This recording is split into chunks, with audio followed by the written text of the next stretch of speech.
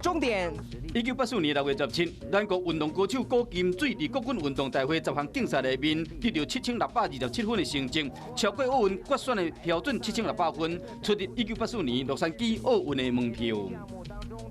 我觉得我这次有这个机会再次的向这个奥运决选挑战，我想这都是关心我的人大家所给我的功劳。古金水最后伫洛杉矶奥运得到第16名。1998年6月17日，咱国头一件学生伫网络诽谤老师案件2审的判决，触犯诽谤罪学生被判处拘役55天，会使换罚金。